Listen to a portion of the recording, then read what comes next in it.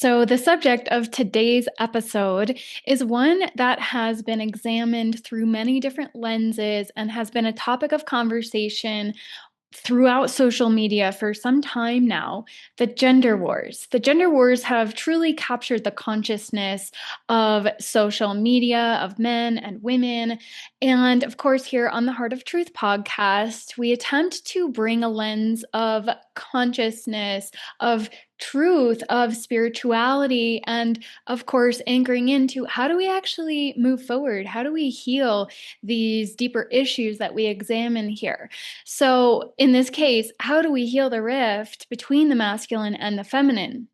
So, this is a topic that has been requested, and it is an extension of a lot of the conversations that we've been having in previous episodes about the dark feminine and the fall of false kings and such. So, the way that I perceive it, all of this is coming to a head right now because all illusions and distortions are being brought to light. They're being illuminated because all that was hidden under the surface can no longer remain there. And we saw this very, very clearly and potently happen with the whole CEO fiasco, the CEO of what is that called? The Coldplay scenario that happened last week. As I was already planning to create this episode, I realized this is kind of a perfect example. It's very much in the collective consciousness right now.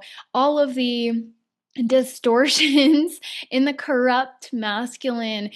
Basically, this CEO, I think it was Astronomer is the name of the company, is the embodiment of all the distortions of the patriarchy, of distorted capitalism and such. And the woman, I don't remember either of their names off the top of my head, but she is the embodiment of that distorted feminine energy. She is that Jezebel spirit. So this is very much present in the collective consciousness right now. So we're going to get into feminism, patriarchy, polarity issues, and the sacred union path as a potential solution, as well as the complete crumbling of dating culture. And this topic is so wide-ranging and so vast and deep that it really requires thorough examination if we're going to treat it fairly. So, what I've decided to do is to actually create a second episode where we get into the topics of rage and safety and the more emotional aspects of how we can move forward and the different lenses and perspectives to look at this through, so that we can bring more empathy and compassion into the discussion when it comes from both the feminine and the masculine perspective. Because I do feel that that is one of the core aspects of what has been lost in the conversation is empathy and compassion for the other side, the inability to take the perspective of the other. That is actually something that I studied in my master's degree, is perspective taking. So yes, we're going to look at the collective wounding on both sides, the feminine and the masculine. And we're going to really anchor it into some of the more historical aspects today. And in my book, I actually have an entire chapter on the patriarchy and the paradigm of separation. It ends with us is the subtitle of the chapter. So I'm going to share a couple brief sentences that I wrote in that chapter to really help to anchor it in. And then the following chapter is the rise of the divine feminine. And so we're going to look at this because in this chapter, I want to be very clear. I was anchoring into the fact that I'll share it right now, is not about replacing men and reverting once again to a full female-centric society. Men too have been victims of the tyranny of patriarchy. So I'm going to share a little bit more as we get deeper into the episode, but to just anchor this in, the next episode is going to be on the topic of rage and where our anger, the anger itself is in itself sacred and righteous in many regards. In some cases, it is coming from a distorted place. And in most cases, it is being directed at the wrong direction. So what is the rage really about? And we're going to look at that. And then also the Magdalene and the Sophia, really anchoring in the beauty and essence of the divine feminine, for all of us to really embrace and to heal the mother wound in particular, and really understand what has been lost in society, because this is the imbalance that has created this dynamic, and it is coming up now so palpably and widely in the collective consciousness, so that it can be healed, so that it can be examined. It's like we cannot ignore it any longer, right? So if you're new here, welcome. I'm Amanda, the host of the Heart of Truth podcast, and we're going to go deep into these subjects today. So, what I was really feeling also was just this idea that it's even framed as a war. We have the war on cancer, the gender wars, the war on drugs, everything in modern society and culture has become a perpetual battleground, it seems. So this is truly part of a never-ending war on our consciousness, spiritual warfare. So how do we exit this paradigm of warfare? This is really what I feel is at the core of so many of the issues in society today, is really this paradigm of separation and tribal consciousness, this need to blame the other for our problems, for the ills of society, pointing fingers, blaming, shaming. So how do we actually heal that? How do we actually move forward? Because there is division being sown in every way, on every level of society, down to the most fundamental aspect of gender. That's 50% of the population on either side, seeing the other gender as the problem.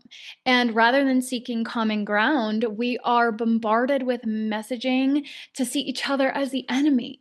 And this isn't obviously just with gender, this is race, this is politics, of course. But this is down to the most fundamental level of man versus woman. So we have really got to understand what the root of this is, what the root of this separation is, that is really sowing discord in the collective consciousness and within as well. Because what is cancer? It's framed as a battle within your body to see your body, your own body, as the problem. So when union between the masculine and the feminine is the literal foundation of all life, and when union within is the literal foundation of our spiritual essence, when we're battling each other, when we're battling our own bodies, we are going to continue to perpetuate this paradigm of separation. The mind versus the body is another way to look at this. But anchoring this back into the gender wars, this is really an online battle more so than anything. It is fueled by algorithms and the anonymity of the screen, and the abstract commentators and select individuals that seek to profit by sowing discord. We have to be really honest and understand that we are being used as pawns for this deeper agenda to keep us at loggerheads with each other. So this is what we're going to dive into. Mind control runs so deep that we forget, honestly, we forget that we need each other. So this really does, again, create a perfect setup for that divide and conquer agenda. This is the core. This is the root. Divide and conquer always. United we stand, divided we fall. At the level of society, but also within. As within, so without. So if we're battling ourselves, if we're battling our own inner demons constantly without being able to heal and integrate, without truly examining them and understanding where the wounds originated, without taking responsibility for what is within us, we're going to keep perpetuating these agendas. And then we're going to have, a perfect setup for depopulation because nobody's wanting to procreate with each other, and then artificial wombs. And so then what happens to humanity is humanity gets replaced by fake humans, by AI humans, by microchipped humans, by entities that are not fully sacred and sovereign. So this is the fallout that is possible if we don't come to grips with what is really happening and what is really driving these agendas. And we'll get deeper into this in the next episode, but I also want to anchor in that many of us are really not responsible for what has happened, but we are responsible for doing the healing. We are not at fault. We are not to blame for what we carry, but it is our responsibility to do the healing, to take it on and transmute it to the best of our ability. Because on a certain level, our souls chose to incarnate. And those of us who are walking this path, we chose to evolve to have this particular frequency of consciousness where we have the awareness. And so, yes, it is our responsibility, even though it might not be our fault. We might not be the ones to blame entirely, but anytime we continue to engage in that victim mentality, we're still on some level perpetuating that paradigm. So I want to anchor that in as well, because the responsibility versus blame is a really important nuance to understand.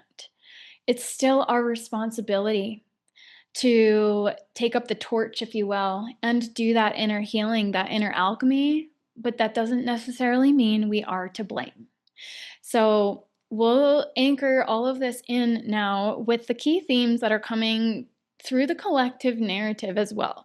So the battle of the sexes is not new. This has been increasingly within the collective consciousness over the last however many decades, particularly with the rise of feminism. But we also have to remember that the rise of the patriarchy came many millennia ago, and it really suppressed the goddess culture. So women have been suppressed in our current collective reality for millennia. And feminism is really just a recent phenomenon. We have had empowered feminines all throughout history, of course, but the dominating paradigm has been patriarchy. So we're going to look at feminism and we're going to look at the more modern iterations of this battle. But I also just want to anchor this into the fact that this is such a recent phenomenon that women are being liberated. They're liberating their consciousness. They're taking their power back compared to many generations and many millennia of suppression. So that has to be anchored in to have a fair conversation here. So looking at feminism, we're also seeing a political divergence between men and women on certain levels, but also this breaking down of traditional gender roles. So it's really interesting how the pendulum does swing back and forth a little bit, but we have at the fundamental root, we currently have a lack of positive masculinity in society, and that is hurting both women and men because not all men are to blame and not all women are part of the problem, but collectively we are being pitted against one another. And it's very hard to bridge the gap for so many people, especially those who are single and in the dating world. But we also see this in the rise of divorce.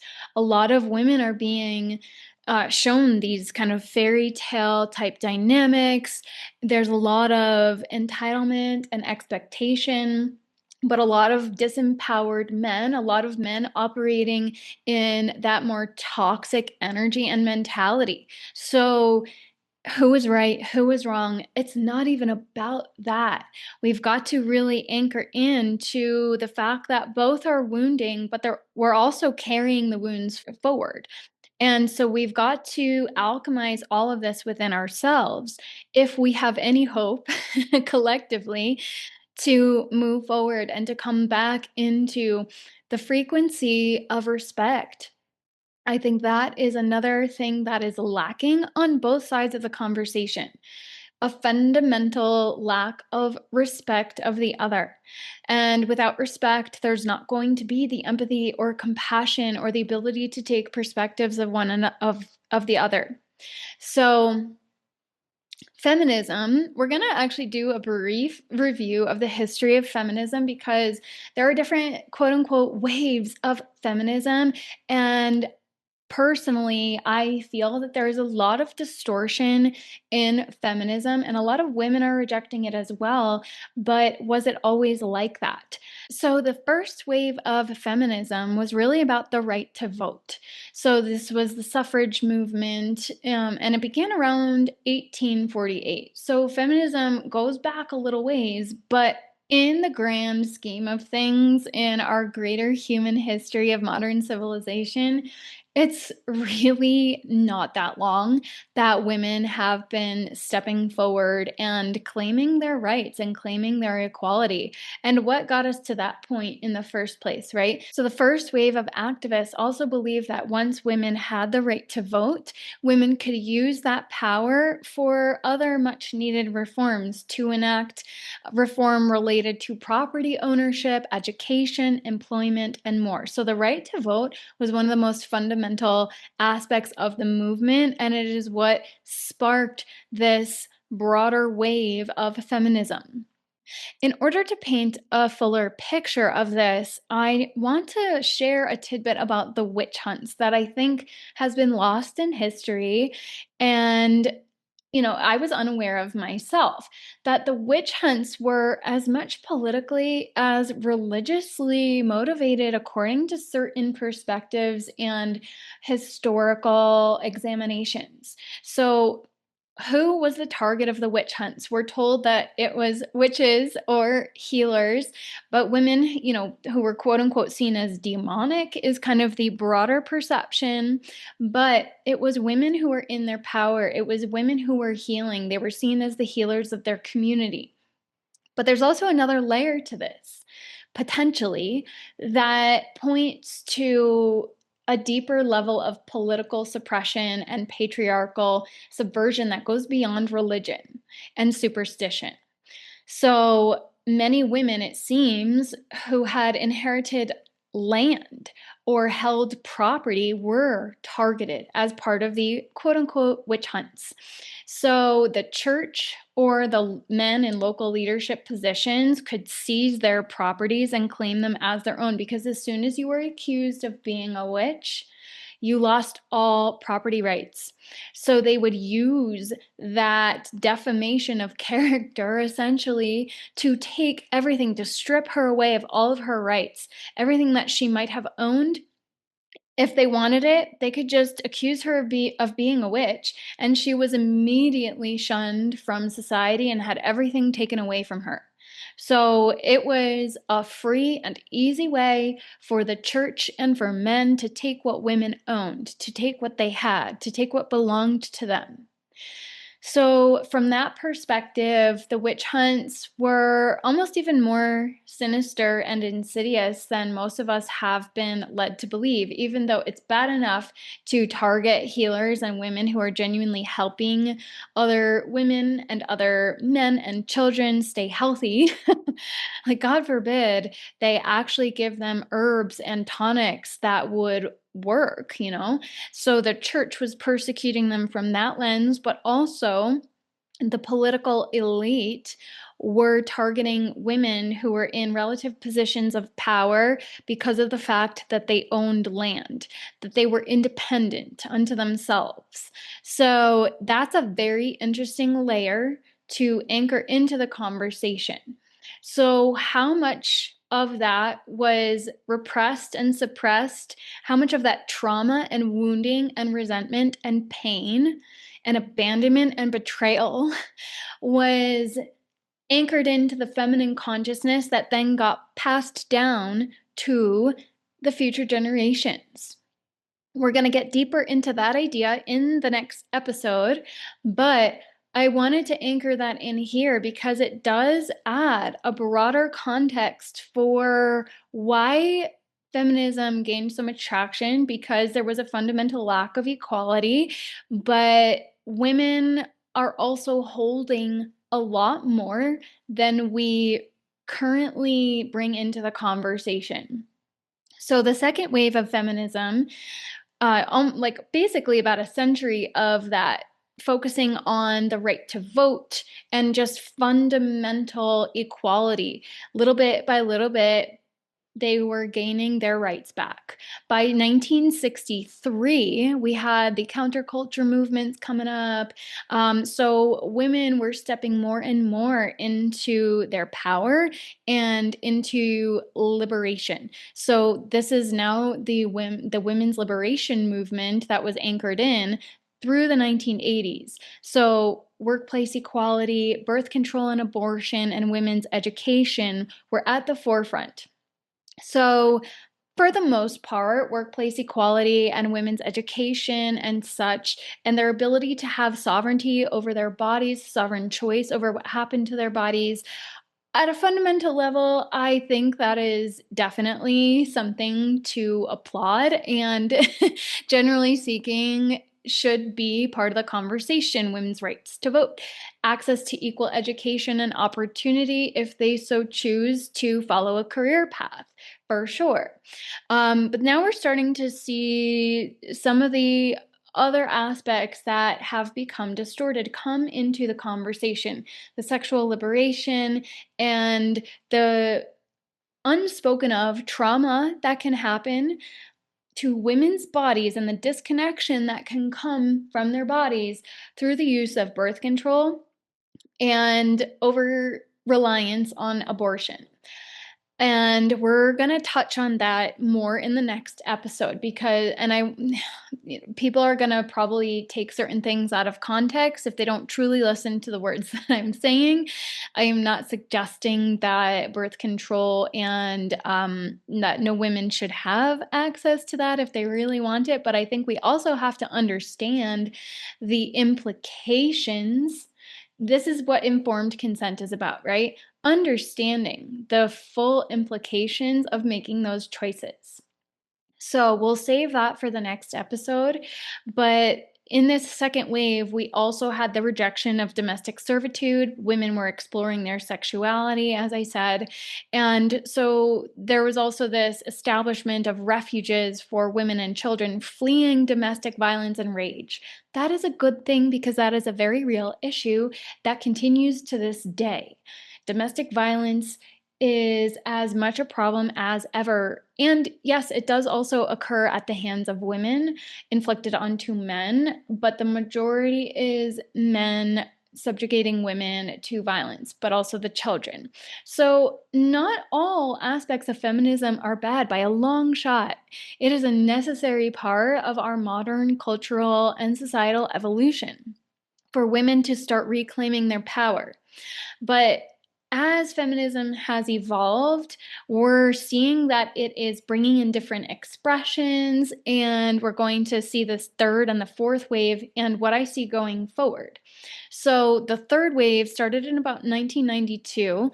It has been described as more of this like individualized feminism that cannot exist without diversity, sex positivity, and intersectionality. Okay, that is another buzzword in the cultural sphere. What is intersectionality? It recognizes that people can experience intersecting layers of oppression due to race, gender, sexuality, class, ethnicity, and more. So we're seeing this movement broaden now to include sexual orientation as well as race, class, so on and so forth. So it's getting more and more complex.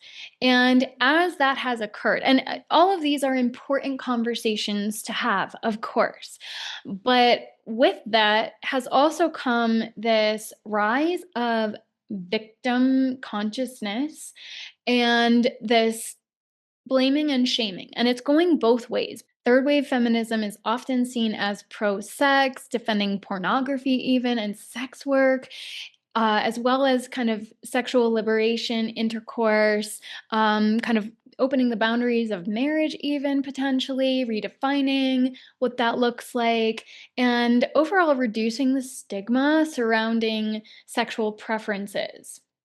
At the micro-political level, sexual harassment in the workplace was highlighted, and a scarcity of women in positions of power was brought to the fore. So, not so many women as CEOs or in politics. And so, yes, that is going to influence the direction of society if we don't have women in leadership positions. So this idea of the glass ceiling was brought forward. And yes, these are definitely issues to discuss. But why is that happening in the first place? And what's the real issue?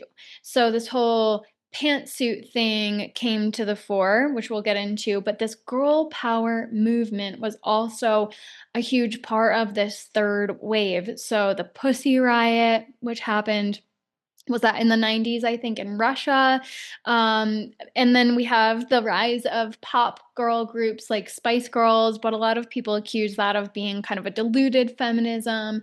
And so there's other women who are out there really pushing this girl power narrative, and women really taking their power back, but also just like really anchoring in to their own like powerful masculine energy. And so, yes, it's got to be a balance of both, but has it gone to a certain extreme? So, the pantsuit movement, I mentioned this in my book, boss babes burn out, but also women putting on a pantsuit and stepping into masculine roles is not going to heal the patriarchy. It's only going to perpetuate the patriarchy and defeminize women, in my humble opinion.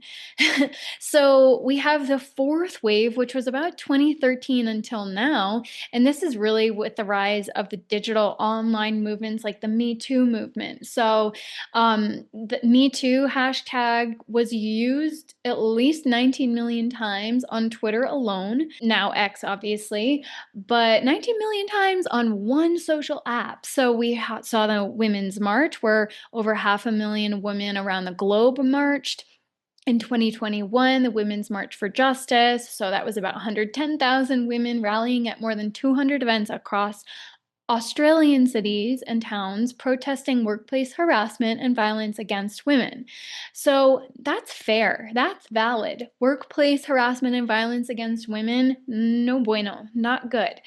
And this is following a very high profile case of Brittany Higgins, and there's other cases out there, of course. We had the Harvey Weinstein stuff come to light. Basically, a lot of sexual misconduct in both political, entertainment, and business spheres coming to light. These are all very important conversations to be had, of course, but this extends beyond the Western world. So 81 nations got involved, including China, Nigeria, Turkey. And so we've got to be really clear that there is a very real need to address these issues of female suppression, of the subjugation of women in the workplace, but also within the home. The violence against women, the oppression against women is very real. And in certain cultures and societies, it creates a great deal of danger. But also, even in America, there is still a huge level of domestic abuse and violence that needs to be addressed. But what is the underlying reason for all of this? Why are men lashing out against women? And why is there such a divide? Why do men feel the right to treat women in such a way, like in an inhumane way?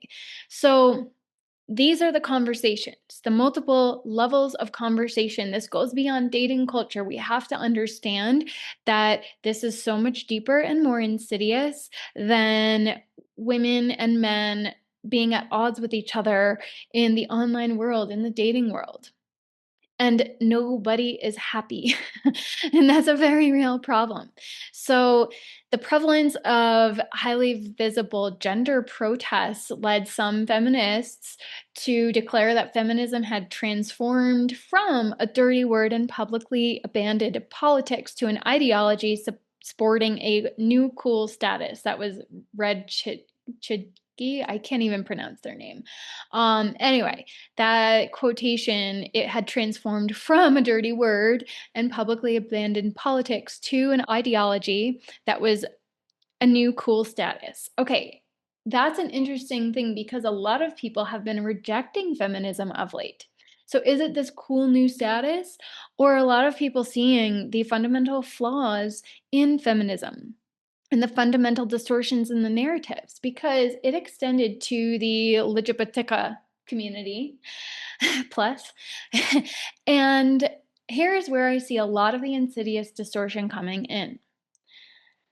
Some people might come at me for saying this, but what I have seen happening in the whole transgender narrative of men, like being able to choose an identity. I identify as a woman, and now I can compete in women's sports. Now I can use the women's locker rooms.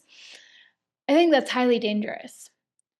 Very, very dangerous, but also completely counterproductive to the feminist narrative, to the feminist movement, to female empowerment. And I personally want to steer clear of using the word feminist. I don't consider myself to be a feminist. I fully embrace the rise of female empowerment as the rise of the divine feminine and the sacred feminine are being embraced. But that is a very, very different conversation. And what we're basically seeing with a lot of the people supporting feminism and there's a lot of crossover with the support of the LGBTQ movement, LGBTQ plus, is that it's literally completely hypocritical for women to support trans men in taking their spaces, in taking their accomplishments and achievements. There's a very real need to consider the safety factors for women. This isn't about being, what is the word? Phobic of anything. This isn't about being phobic. This is about being real. This is about being practical. I'm 5'2" on a good day. Do I want to share a locker room with a weirdo who's dressed up in women's things but has a beard and full male anatomy? No, I definitely don't. And I'd really rather not walk into a public restroom wondering if some weirdo man is going to be dressed in a dress, like sharing the same thing. Do I have like deep fear of that? No. But would my preference be to not be sharing those spaces? Yes. And you have to wonder what kind of mental illness is underlying that desire, because there is a difference between somebody who has undergone all of the different surgeries and whatnot and hormone therapy for years, who truly is embodied in more of that feminine energy now because they've been taking literal hormones, and a man who just decided to start wearing women's clothing and say, I identify as. And it's not as much of an issue the other way around because, okay, let's say a woman transitions into a man and then wants to compete against men. The odds of her winning are very, very minuscule because of a very real biological reality that most women are smaller and not as muscular. Some women are, but the vast majority of the time, if you even just look at the photographs of Leah Thomas, is that her name? His name, his chosen identity as a quote unquote woman, standing up on the podium, literally twice the size of the women, the real women he was competing against, who worked their entire lives to get to that level of athleticism. And he basically stole their achievements. So yeah, I very much am on that side if we're going to take sides of particular narratives. So that movement, it's really interesting where we're at because feminism's lines have been completely blurred and distorted and even hijacked. So this intersectionality narrative then created a tiptoe to where we are now, where it's completely distorted upside down and backwards. And this is really playing on deep, deep historic wounds of men subjugating the feminine. So there is an institutional suppression of women that has been occurring for generations, centuries, millennia. And these issues are very real that the women are facing. So there is a control of the feminine principle through religion, through the state. But now women are projecting their anger onto men, which brings us to the MGTOW movement. So this is kind of more of a red pill, black pill movement that has a lot more stigma than feminism and even the 4B movement, which I'll get into in a moment as well. So men are opting out of relationships due to perceived cultural disempowerment, but has been co-opted by the manosphere. So it has much more sinister connotations than the feminine counterpart. But there is a great deal of misogyny infused into a lot of the men who have chosen this path. So it's creating a lot of vitriol and increased separation and hatred toward the opposite gender. So what does MGTOW represent? Men going their own way, living life with no female contact. So it's kind of an extremist stance, an extremist choice. But as I'm going to get into in the next section with the dating issues, I do feel for a lot of men. Okay. So this isn't going to be so polarized either in the way that this is addressed. But the Anti-Defamation League defined it as a broad set of male supremacist, anti-feminist, misogynist, and sometimes violent extremist movements. So this is how it has been framed in the broader collective, but there is an increasing number of males kind of being swept up in this narrative and this current. So it is basically an anti-feminist victimhood narrative propagated by the men, according to certain perspectives. So what I see is disenfranchised, angry young men projecting their dissatisfaction onto women, and women are obviously perceived as the weaker sex, so it makes them an easy target. But what is the real reason men have become disenfranchised, angry, disempowered? I think there's a much deeper insidious root that, again, we're going to get into a little bit more deeply in the next podcast episode.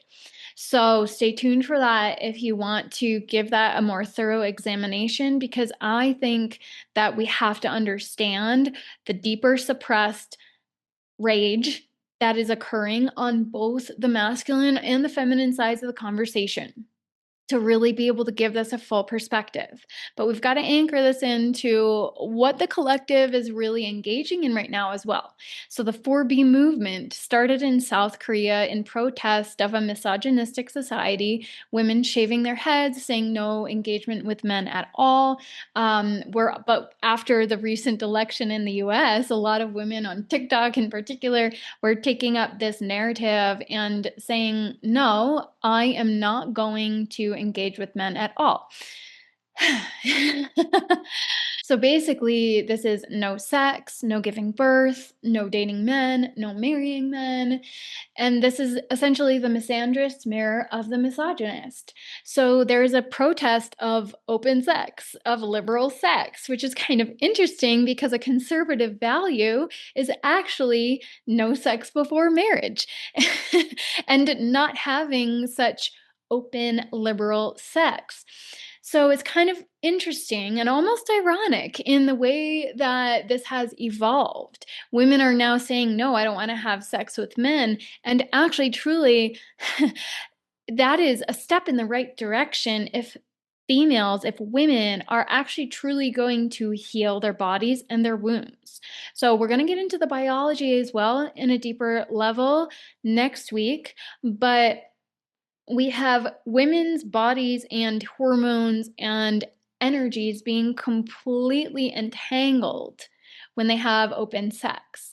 And then we have this basically butting heads of the genders when in the dating sphere, and we have the disenfranchisement of men while we have the increasing anger and rage and projection of the feminine. But we also have the reality that male suicide rates are higher by a long shot and increasing.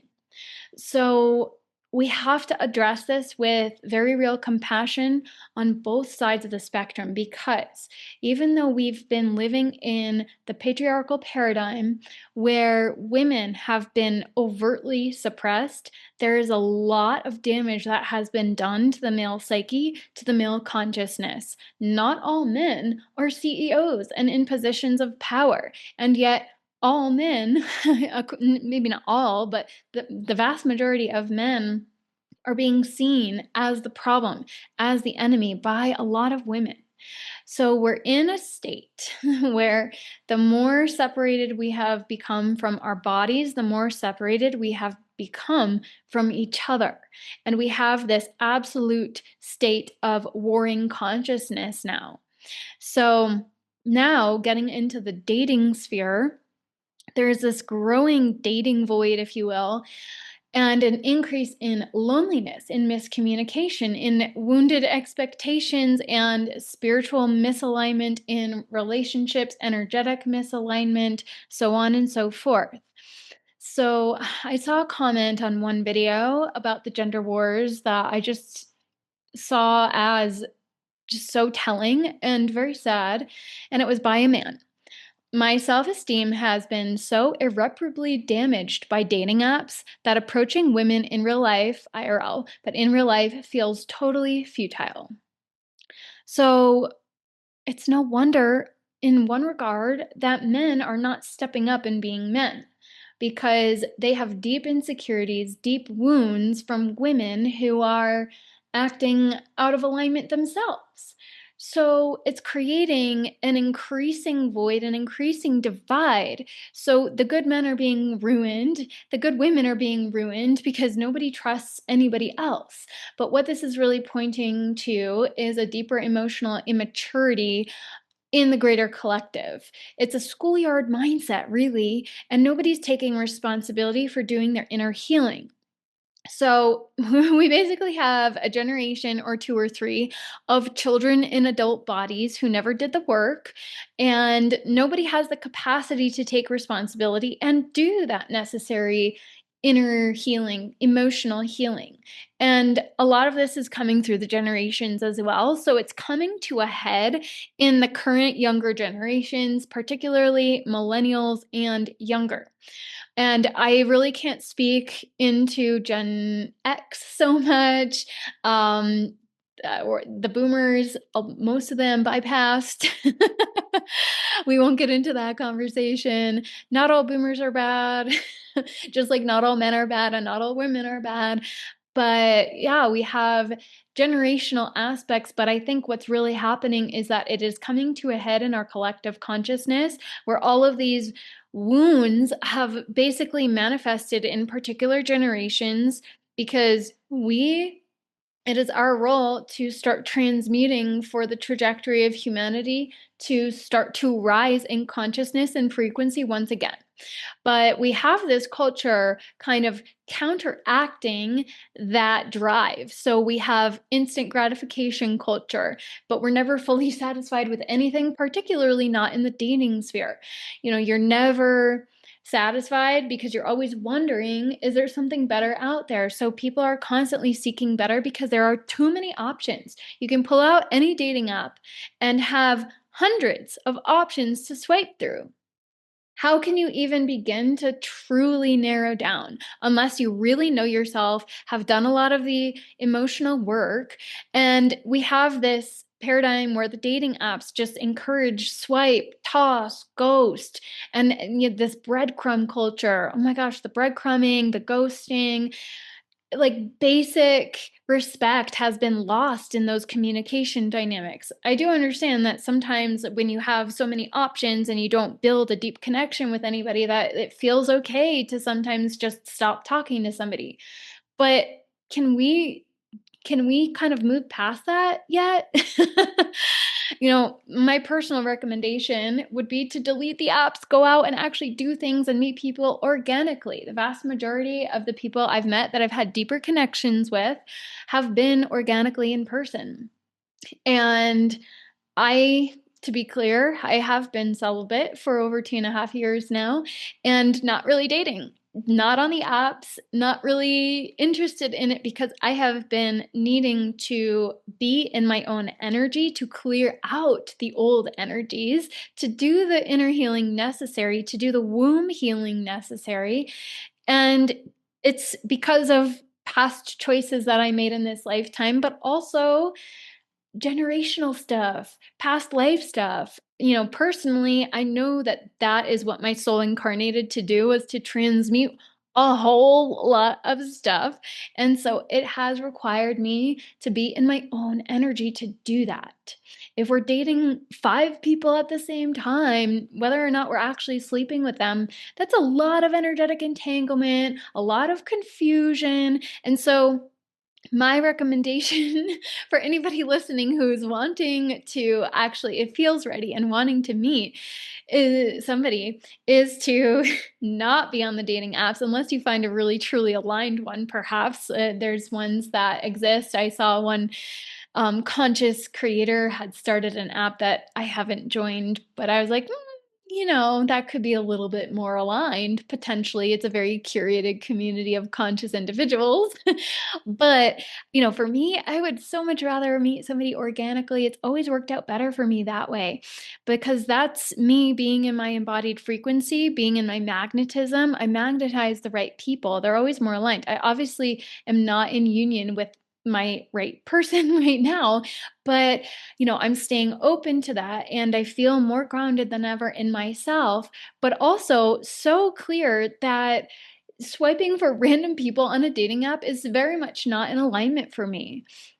It's very much about the energetic frequency. Is it possible that I can meet somebody on an app? Sure.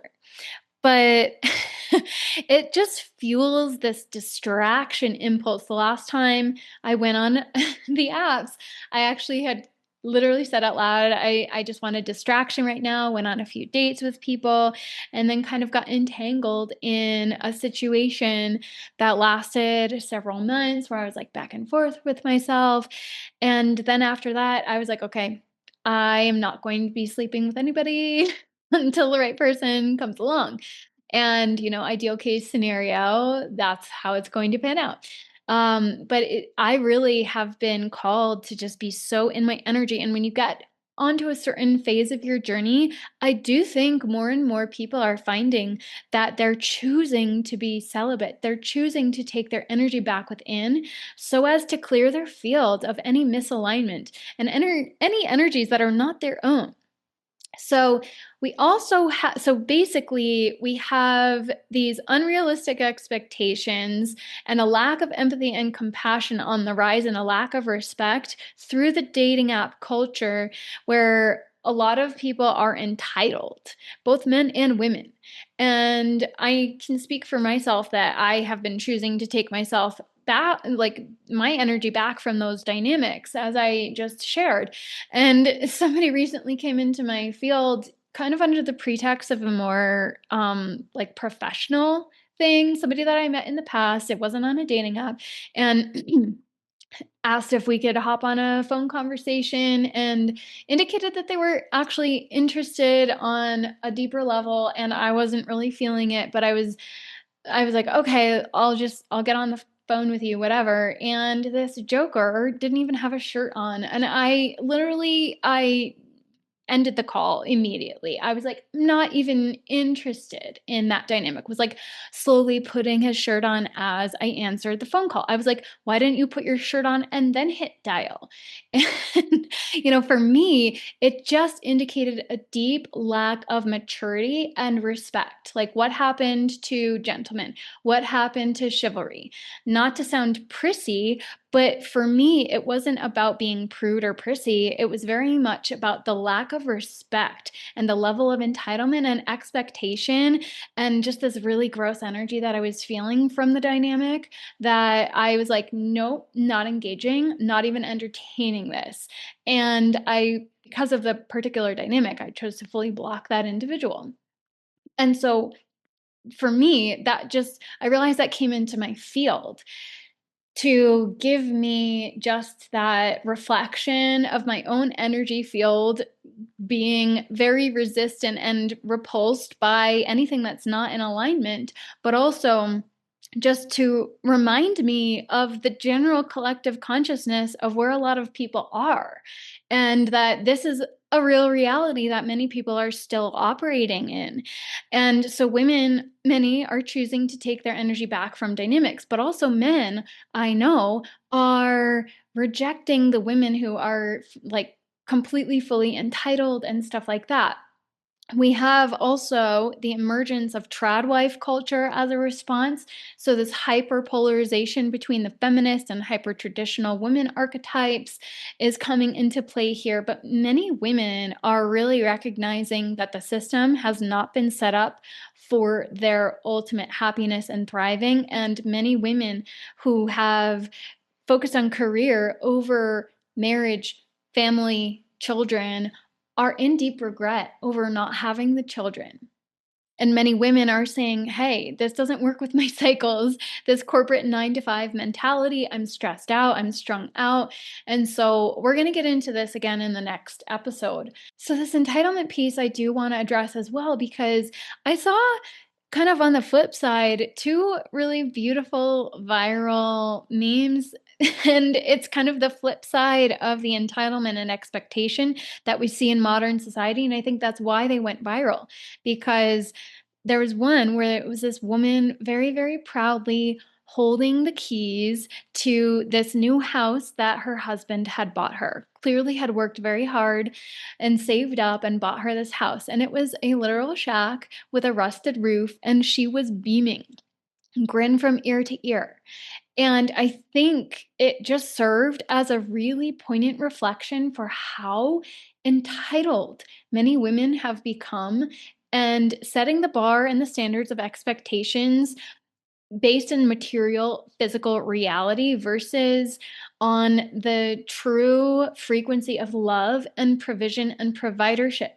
And when you boil it down, that woman is a lot happier than many women who chose to quote unquote marry up or go for the uh, trust fund 6'5" blue eyes finance guy. And I can tell you from experience that it is really not worth it.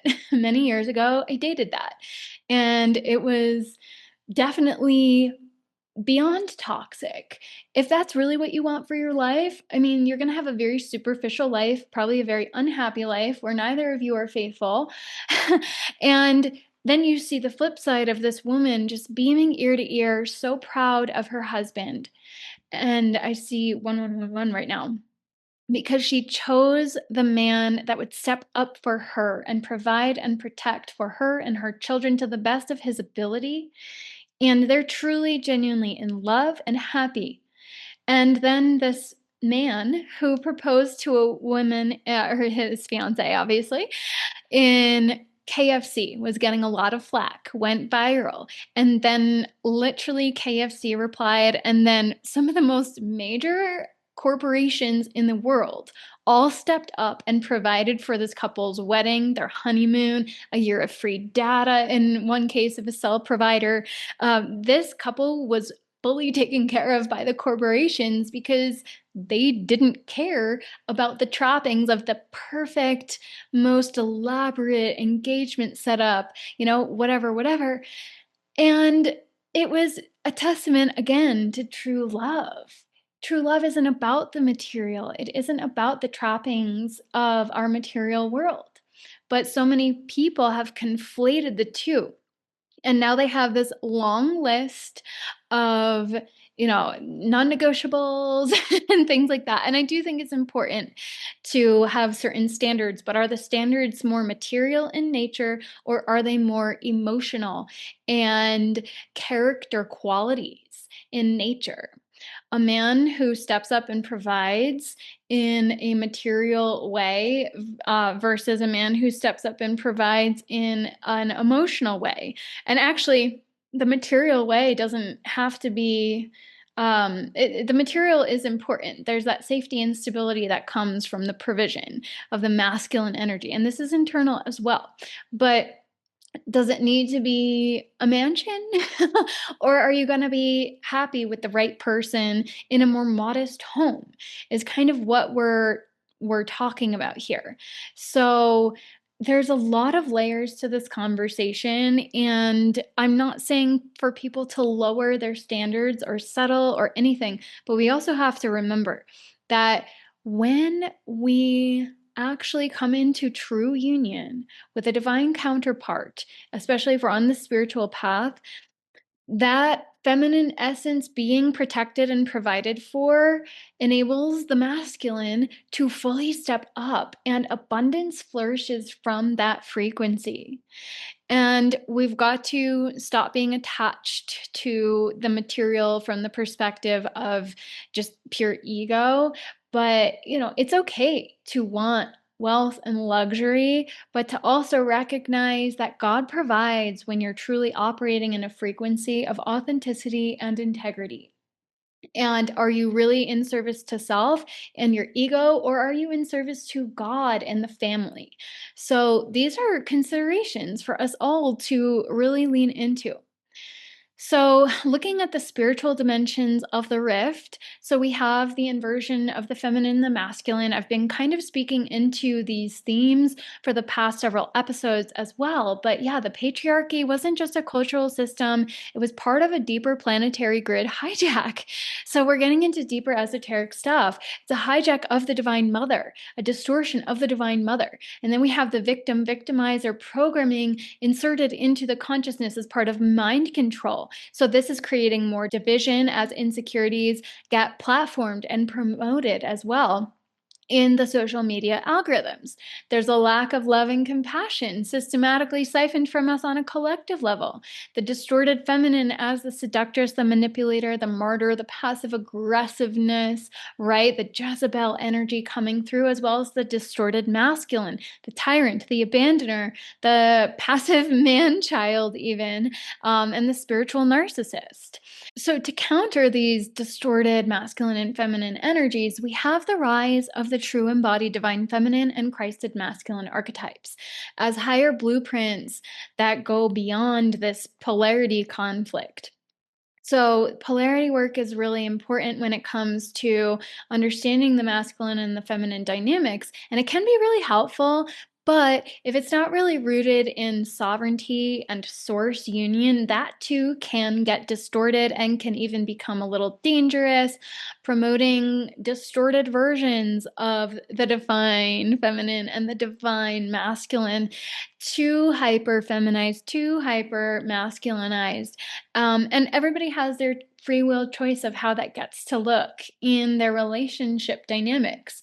But it's that whole trad wife thing versus women truly stepping forward in empowerment, but having that safety and stability and security to soften and be in her true divine feminine essence and her leadership energy flowing from that, rather than this boss babe energy that is really rooted in the distorted patriarchy.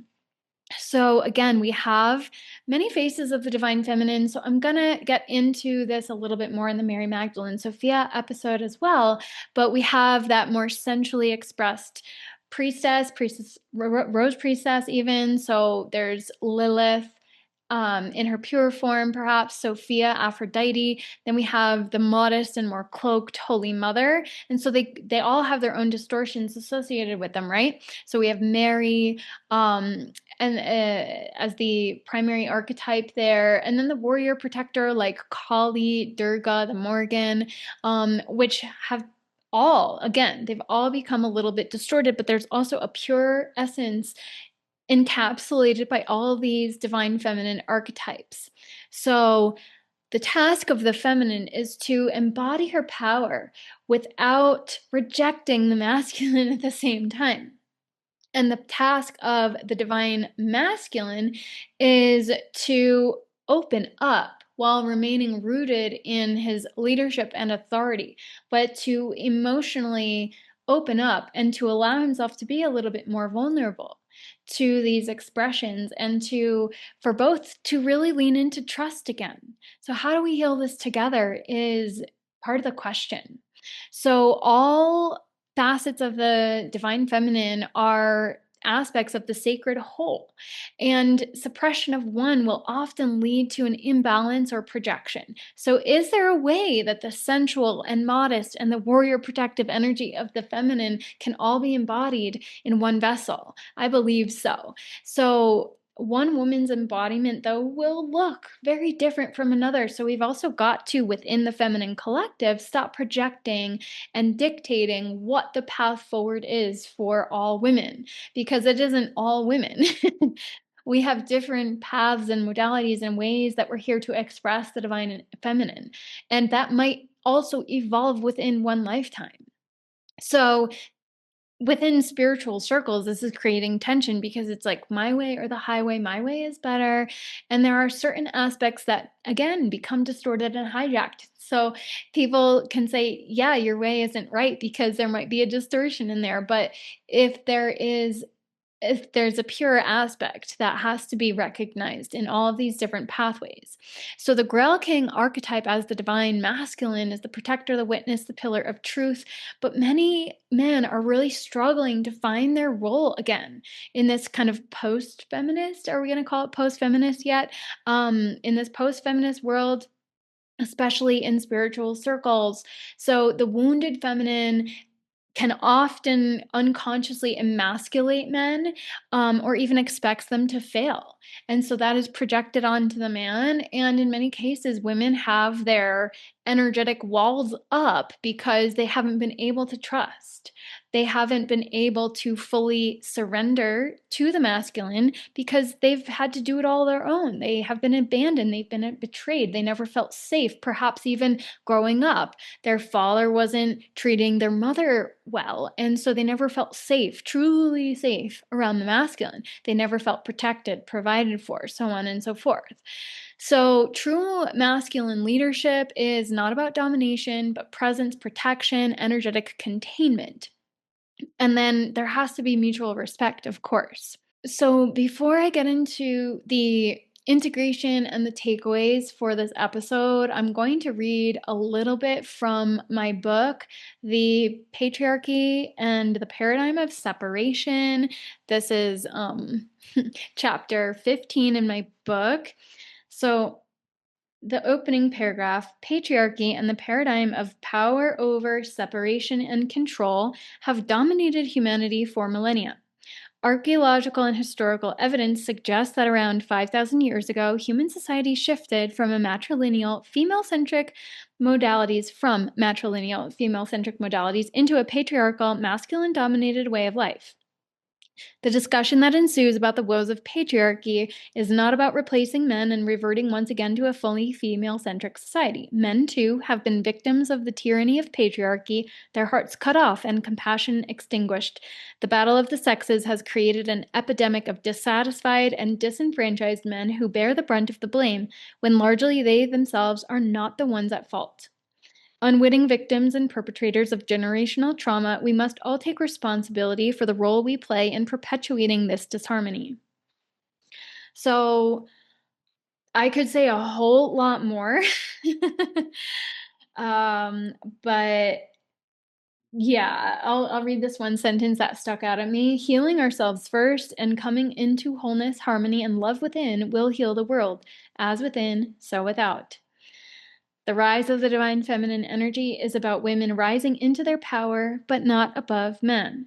We must allow the energy of the divine feminine to rise both within and without so that we come into equilibrium, peace, and harmony.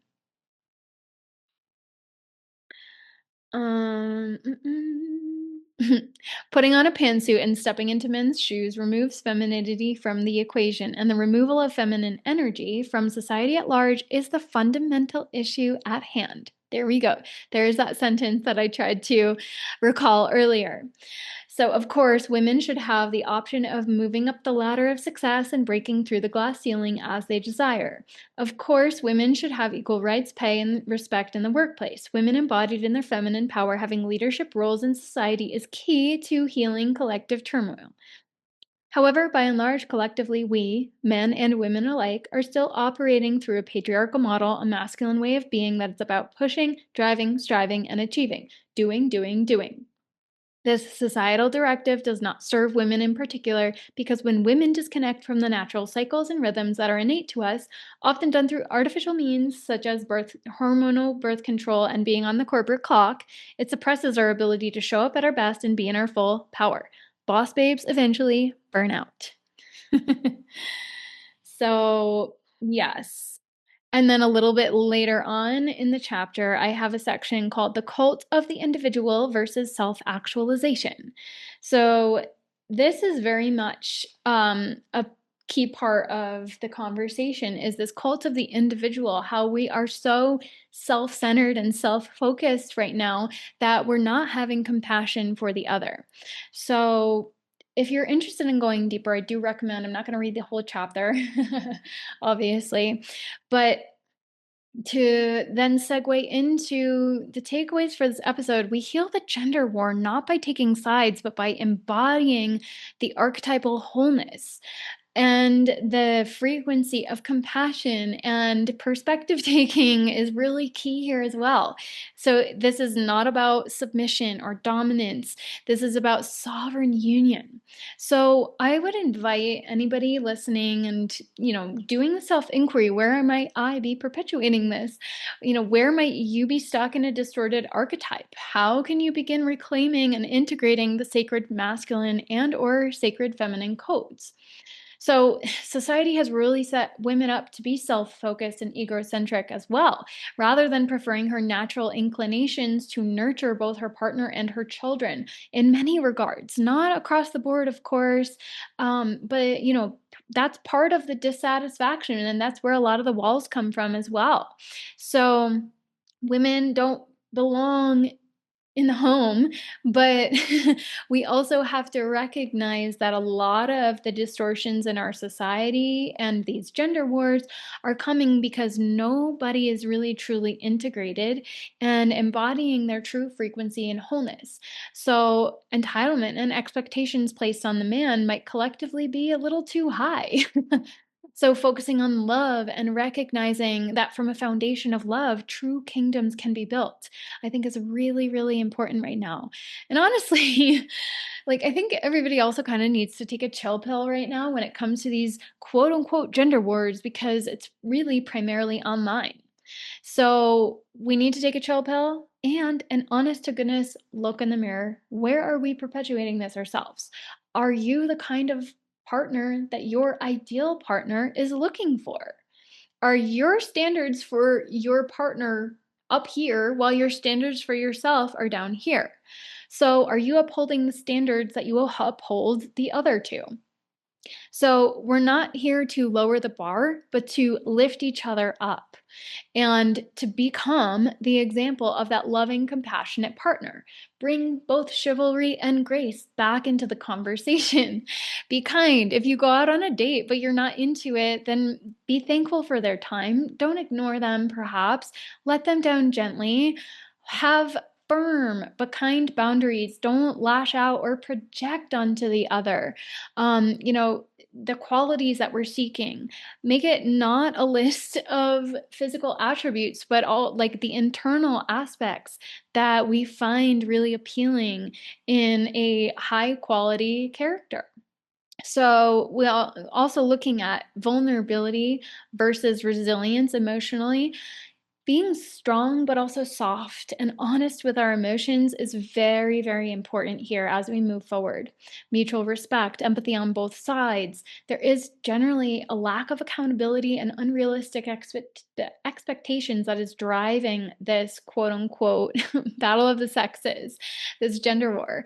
And there are double standards operating on both sides. So there are obviously the governmental involvement aspects, the systemic injustices. We're going to get a little deeper into some of that in the next episode. But yeah, there's a lot of layers to this conversation. But I believe if we start prioritizing emotional connection over a list of standards and just bringing a little bit more humanness and compassion into the conversation and honestly putting the phones down, going out, touching grass, meeting people in real life is probably part of the pathway forward. So, in the next episode, we're going to get a little deeper into this, and in the next two episodes, Rage Against the Machine itself and deeper dives into the Mary Magdalene and the Sophia. And if you're looking to go a little bit deeper and really embody this spiritual protection and discernment as you navigate this journey yourself, as you navigate these quote unquote energetic battles to be grounded and sovereign in your own energy, I will be hosting the Defense Against the Dark Arts Masterclass, because we have to remember this is also as much a war on our collective consciousness that is creating the illusion of the division between the masculine and the feminine.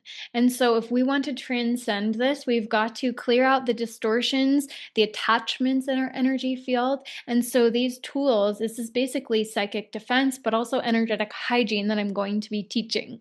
So it's a really good, this is basically level 1 that I'm going to be teaching in this 2-part masterclass. So if this resonates with you, I do encourage you to check out those details. And then I will be creating, I'm recording this and it will be posted. The recording is the day before and it will be posted on Magdalene Day. So there will be a Blue Rose Sophia Magdalene activation inside my Illuminate Inner Temple.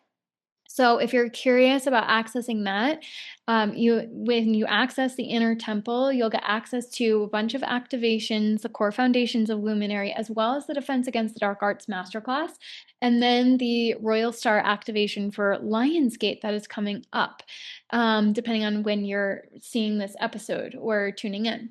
But it will all be in there if you're listening to this episode at some point in the future.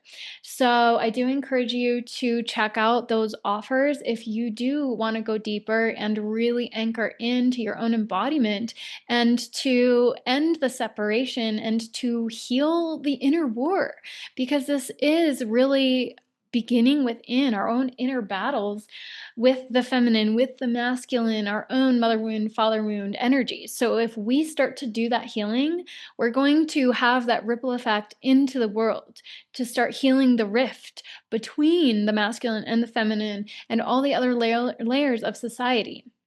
So this is about energetic protection. This is about energetic sovereignty and embodiment. Above all, this is how we heal the rift. This is how we move forward. And yes, we're going to go deeper in the coming episodes. So please subscribe, follow the podcast, and subscribe, comment, rate, review wherever you are listening to this. If you're enjoying this, please share it with others you might feel would resonate with this. It really helps other people to receive the messages, but also for my podcast to get out there. So I really appreciate all the support. Onward and upward in love and light as we journey home to the heart of truth. And I will see you in the next episode. Thank you for tuning in to the Heart of Truth podcast with your host, Amanda Erin Kelly. If you enjoyed this episode, please consider leaving a rating or review on your favorite platform. And if you'd like to go deeper, grab your copy of my book, Let There Be Light, and join us inside the free community in Illumina Wisdom School, where you can access free resources to jumpstart your journey, such as a higher self activation and the Body Temple Blueprint Masterclass, as well as explore the plethora of resources, including Awakening Fundamentals and Luminary, my signature path to wholeness and mastery, to help you become your own healer and sovereign authority. You can access everything at thisartcalledlife.com or find the links down in the show notes below. Until next time, onward and upward in love and light as we journey home to the heart of truth.